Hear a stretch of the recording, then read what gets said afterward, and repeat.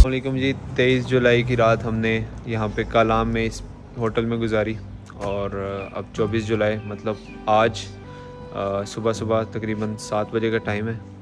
हम लोग फ़्रेश हो चुके हैं और इरादा किया है कुमराट वैली जाने का डायरेक्ट ही। और अभी हम चूँकि कालाम में हैं तो यहाँ से मैप हमें रास्ता बता रहा है तकरीबन 2.5 घंटे का, लेकिन ये 2.5 घंटे से 6 घंटे में कन्वर्ट हो जाता है क्योंकि रास्ते की कंडीशन ठीक नहीं है। तो इसलिए हम सुबह सुबह निकलना चाह रहे हैं। कुमराट जाएंगे, कुमराट वैली में कैंपिंग करेंगे, ऊपर वहाँ पे जो कुमराट वाटरफॉल है वहाँ जाएंगे और जो इधर मकाम आते हैं। अभी हमें चूँकि पता नहीं है, फ़र्स्ट टाइम जा रहे हैं, लोगों से पूछेंगे और इंशाल्लाह फिर वहाँ पे जाके आपसे शेयर भी करेंगे, वर्चुअल टूर भी करवाएंगे। तब तक के लिए हमें इजाज़त दें। अभी यहाँ से कोई नाश्ता वगैरह देखते हैं, अगर यहाँ से मिल गया तो ठीक, नहीं तो आगे जाके करेंगे। तो नाश्ता वगैरह करके हम कुमराट डायरेक्ट जाएंगे। और रात को इंटरेस्टिंग बात ये हुई कि हमारे कुछ साथी हमें मिल गए, लाहौर के थे, कुछ बाइकर्स थे वो भी, और इसी तरह मुख्तलिफ़ इलाकों से थे पठान। तो उनके साथ अच्छी गपशप होगी, वो भी हमारे साथ यहीं पे हैं, लेकिन उनके प्लान ज़रा डिफरेंट हैं, तो आना उन्होंने भी इसी इलाकों में। तो फिर हमने सोचा वहाँ पे पैचअप कर लेंगे, तो इंशाल्लाह अगर तकदीर में लिखा हो तो। तब तक के लिए हम अपने रास्ते, वो अपने रास्ते। कालाम से निकलते हुए हमारी पहली तवज्जो इस दिलकश और तारीख़ी मस्जिद पर पड़ी, तो हमने सोचा क्यों ना इसको एक्सप्लोर किया जाए। यहाँ के लोकल से पूछने पे मालूम हुआ कि ये मस्जिद करीबन 150 साल पुरानी है। गो कि इसकी एग्जैक्ट तामीर की तारीख किसी को भी मालूम नहीं। इस मस्जिद की खासियत ये है कि इसके सतून, इसके तकून, इसकी दीवारें, इसकी छत और इसकी बेस कम्प्लीटली लकड़ी से बनी हुई है, और कोई आम लकड़ी नहीं बल्कि तैयार की मजबूत और महंगी तरीन लकड़ी से ये मस्जिद तामीर हुई है। जितने भी लोग कालाम आते हैं उनको मेरी हाईली रिकमेंडेशन है कि ये मस्जिद ज़रूर विज़िट करें। ये मस्जिद ख़ुद में ही फ़न तामीर का एक शाहकार है। इस वक्त स्क्रीन पे आप जो मनाजिर देख रहे हैं वो थल बाज़ार के हैं, जो कि हमारी मंजिल है। इस मंजिल तक पहुंचने के लिए मुझे किन दुश्वार गुजार रास्तों से गुजरना पड़ता है, ये जानना आपके लिए बहुत ज़रूरी है। तो चलिए आपको ले चलते हैं उस सफ़र की तरफ जो मैंने इस मंजिल तक पहुंचने के लिए तय किया। कभी अर्श पर, कभी फ़र्श पर, कभी उनके दर, कभी दर बदर, गमे आशिकी तेरा शुक्रिया मैं कहाँ कहाँ से गुज़र गया। कालाम से कुमराट जाने के लिए आपके पास सिर्फ एक ऑप्शन होती है, वो रोड जो कि बडागोई टॉप से होके गुज़रती है। गूगल मैप के मुताबिक ये रोड 60 किलोमीटर और 2 घंटे तवील है, लेकिन गुज़िश्ता साल सैलाब की तबाहकारियों ने रोड को काफ़ी नुकसान पहुंचाया है, तो आप सिर्फ जीप में इस रोड को सर कर सकते हैं। जीप में ट्रैवल करते हुए आपको 5 घंटे दरकार हैं। इस रास्ते का सबसे पहला मुकाम उतराड़ विलेज है, जहां से आगे 3 रास्ते निकलते हैं। Number 1 condole lake, number 2 shahi Bagh and number 3 and final Kumrat. हम जैसे ही कालाम से निकले तो हमें मूसलाधार बारिश मिली और शदीद किस्म की ऑफ रोडिंग मिली। सफ़र को स्मूथ करने के लिए मैंने एहतियातन उमैर भाई को वैन में बिठा दिया। तो उमैर भाई का बहुत शुक्रिया जिन्होंने वैन में बैठ के ये वीडियोस बनाई।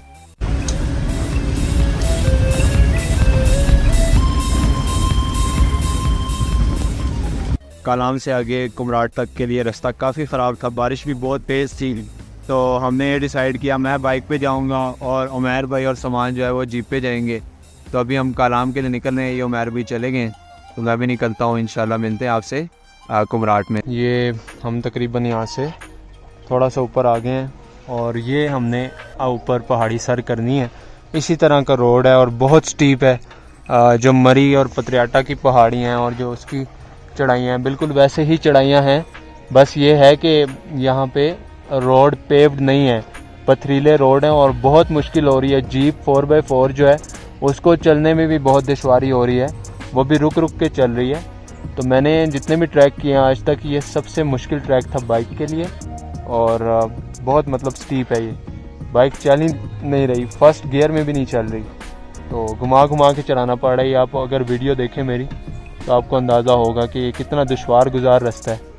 तो इसको सर करने निकले हम इंशाल्लाह, अल्लाह की मदद से, अल्लाह के फजल से, अपने बड़ों की दुआओं से, आप लोगों की मोहब्बतों से इंशाल्लाह ये हम सर कर ही लेंगे।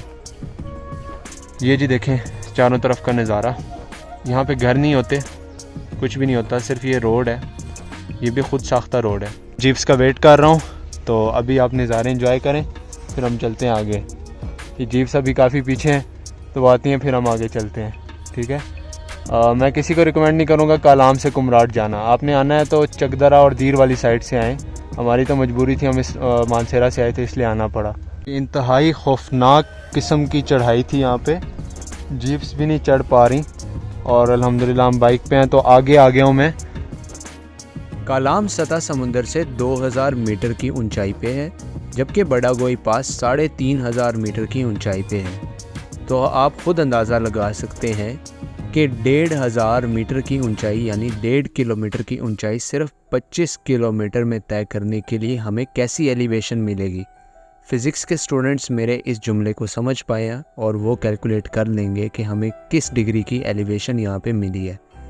रोड का ये पैच काफ़ी दुश्वार गुजार था, बाइक यहाँ पे अक्स काफ़ी बंद हुई, लेकिन हमने हिम्मत की। चूँकि मंजिल आ नहीं रही थी इसलिए मायूसी भी हुई। तो फिर मेरे ज़मीर ने मुझे एक शेर सुनाया, कदम है राह उल्फत में तो मंजिल की हवस कैसी, यहाँ तो ऐन मंजिल है थकन से चूर हो जाना।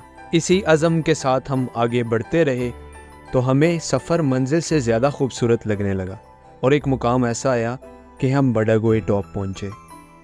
ये है कालाम से कुमराट तक के सफ़र का सबसे ऊंचा पॉइंट, जो कि बड़ागोई टॉप के नाम से जाना जाता है।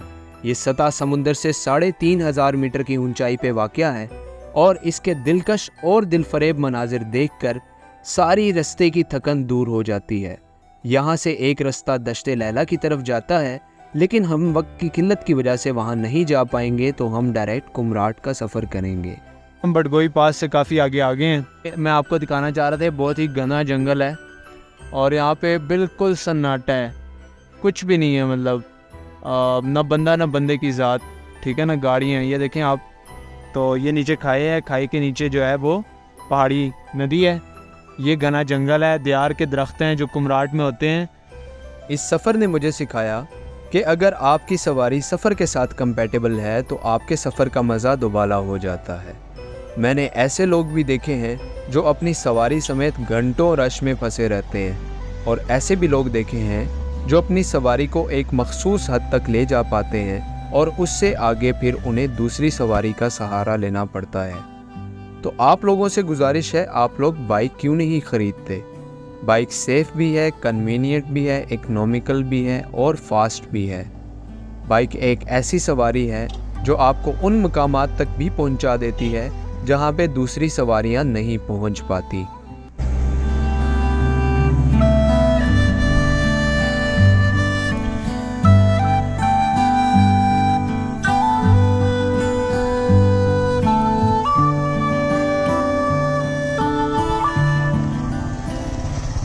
बड़गोई टॉप से थोड़ा सा आगे आए हैं तो सफ़र थोड़ा सा अब ठीक हुआ है, मतलब टेरेन जो है वो मट्टी वाली आ गई है, बोल्डर्स वाली टेरेन ख़त्म हो गई है। तो अभी यहाँ पे जो जीप का टायर है वो पंक्चर हो गया है, ये आप देख सकते हैं, जीप खड़ी है तो इसका टायर चेंज कर रहे हैं। तो फिर हम इंशाल्लाह आगे का सफ़र करेंगे, तब तक के लिए हम यहाँ पे सीन्स एंजॉय कर रहे हैं। आप लोग भी देख सकते हैं, ये देखें, ये हमारी बाइक खड़ी है अल्हम्दुलिल्लाह माशाल्लाह, इसने बहुत साथ दिया हमारा और कहीं पे भी तंग नहीं किया। और जीप जो है वो पंक्चर हो गई है। जब हमने सफ़र स्टार्ट किया था तो जीप वालों ने हमें कहा कि आप बहुत आगे निकल लें, आप आगे निकलें, आपको हम जो है क्रॉस करेंगे। तो हमने कहा नहीं भाई, हम आपको क्रॉस करेंगे। अक्सर ऐसे पैचेस आए जहाँ पे मुझे बाइक रोकनी पड़ी, इनका वेट करना पड़ा, ये लोग काफ़ी पीछे रह जाते थे। तो बाइक का सफ़र कंपैरेटिवली क्विक है और जीप का सफ़र जो है वो स्लो है। अस्सलाम वालेकुम जी, after a long hectic ride we are finally at Thal and we started from Kalam and we are finally in Thal. It took us 5 hours and it was 50 kilometre rough journey. मैं इसलिए इसको hectic कह रहा हूँ क्योंकि बहुत ख़तरनाक road था, बड़े बड़े बोल्डर्स थे और जो रोड है वो मतलब काफ़ी स्टीप थी। ऐसी स्टीपनेस मैंने पहले कभी भी नहीं देखी। मतलब जितनी भी ख़तरनाक रोड्स मैंने एक्सपीरियंस की हैं उसमें सबसे ख़तरनाक ये रोड थी। और जब हम जा रहे थे तो लोगों ने हमें मना किया कि आप पागल तो नहीं हैं, आप किधर जा रहे हैं बाइक पे। तो मैंने कहा भाई हम तो जाएंगे, हम तो सिर फिरे हैं, हम तो ख़तरों के खिलाड़ी हैं। तो उन्होंने मना किया कि जो यहाँ के ड्राइवर्स भी हैं वो भी इस रोड पे नहीं जाते, आप 2 लोग बाइक पे ना जाएं। तो हमने उनकी नहीं मानी। तो उन्होंने हमें मना किया। उन्होंने कहा फिर आप ऐसे करें कि आप इसमें चले जाएँ, मतलब एक बंदा जो है वो जीप पे चला जाए, सामान जीप में चला जाए और आप बाइक चला के ले आएँ, क्योंकि ये रोड्स काफ़ी ख़तरनाक थी। और हम सुबह निकले थे 7:30 बजे, यहाँ पे पहुँचे हैं 12:30 बजे। तो आप खुद अंदाज़ा लगा लें कि 50 किलोमीटर का डिस्टेंस हमने 5 घंटे में किया। तो हमारी स्पीड की एवरेज 10 किलोमीटर पर आवर, मतलब पहले गियर में हम जा रहे थे।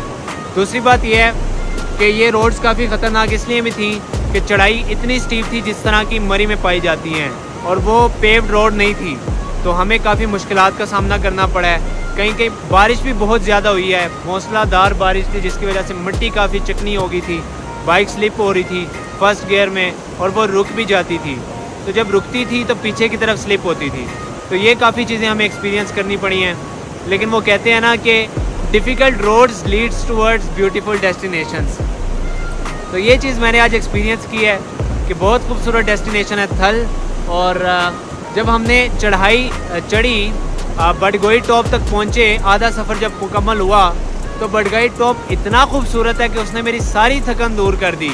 और बडगोई टॉप यानी कि चढ़ाई पे है, फिर जब उतराई है तो उतराई इतनी स्टीप है कि वहाँ पे ज़्यादा ख़तरा है। जो नए राइडर्स होते हैं वो स्पीड में चले जाते हैं, कर्व आता है तो क्लिफ से नीचे गिरने का ख़तरा होता है, क्योंकि रोड इम्बैलेंस होती है, बाइक इम्बैलेंस हो जाता है, बाइक कंट्रोल में नहीं रहती तो गिरने का ख़तरा होता है। तो उतराई इटसेल्फ इज़ डेंजरस देन चढ़ाई।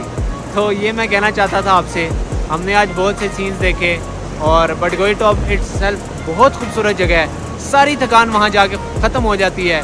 और जब हम वापस आ रहे थे तो हमें तकरीबन मेरे ख्याल से 2.5 घंटे लगे, और जीप का टायर पंक्चर हो गया, आपने देखा। लेकिन अल्हम्दुलिल्लाह अल्लाह के फजल से, बड़ों की दुआओं से, आप लोगों के मोहब्बत से हम लोग यहाँ पे थल पहुँच गए हैं। अब हम काफ़ी थके हुए हैं, तो हमने नाश्ता चूँकि नहीं किया था, तो थल में हम खाना खा रहे हैं दोपहर का, जो भी आप कह लें, इसे नाश्ता कह लें या जो भी कह लें। फिर हम नमाज़ पढ़ेंगे इंशाल्लाह। उसके बाद हम कुमराट जाएंगे। कुमराट 40 मिनट का रास्ता है, तो वहाँ पहुँच के फिर हम वहाँ पे कैंपिंग करेंगे। तो कुमराट पहुँच के आपसे मिलते हैं, तब तक के लिए आप सीन एंजॉय करें।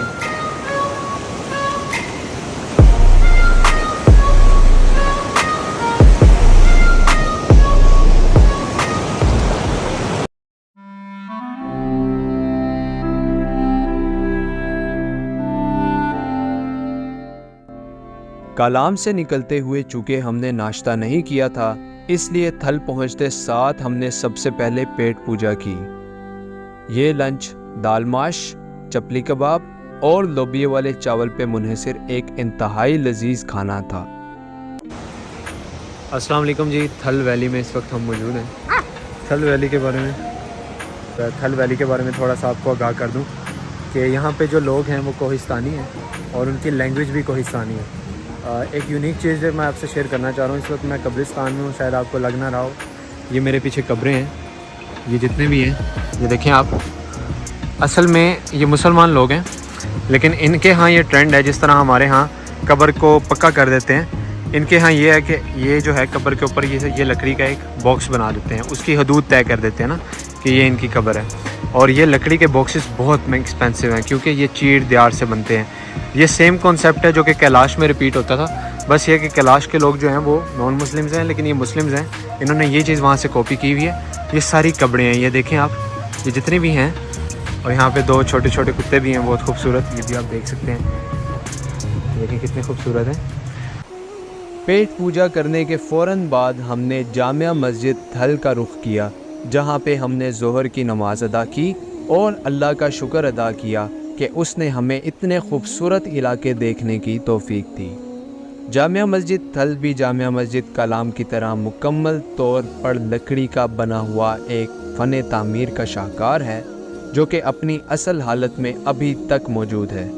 ये मस्जिद भी सैकड़ों साल पुरानी है, और मस्जिद के अंदरूनी हिस्से में जब आप जाते हैं तो आपको एक लोहे का गीज़र मिलता है, जो इस बात का सबूत है कि यहाँ पे लकड़ियाँ जलाकर पानी को गर्म किया जाता है। ये मस्जिद 100% तैयार की लकड़ी की बनी हुई है। आप देख सकते हैं कि मस्जिद की दीवारें, मस्जिद की बेस और मस्जिद का बालाई पोर्शन भी लकड़ी का बना हुआ है। मस्जिद का वज़ू खाना बेसमेंट में वाक़या है। वज़ू खाने की तामीर देख के मैं इंतहाई मुतासिर हुआ, क्योंकि यहाँ के गुसल खाने रोमन एम्पायर के तर्ज पे तामीर किए गए हैं और यहाँ का निकासी आब का सिस्टम जापानीज स्ट्रेटजी के मुताबिक डेवलप किया गया है, जहाँ पे एक तरफ से पानी आता है, लोग उससे वज़ू करते हैं और वही पानी टॉयलेट ड्रेन में यूज़ होता है। यूँ पानी का ज़िया कम से कम होता है।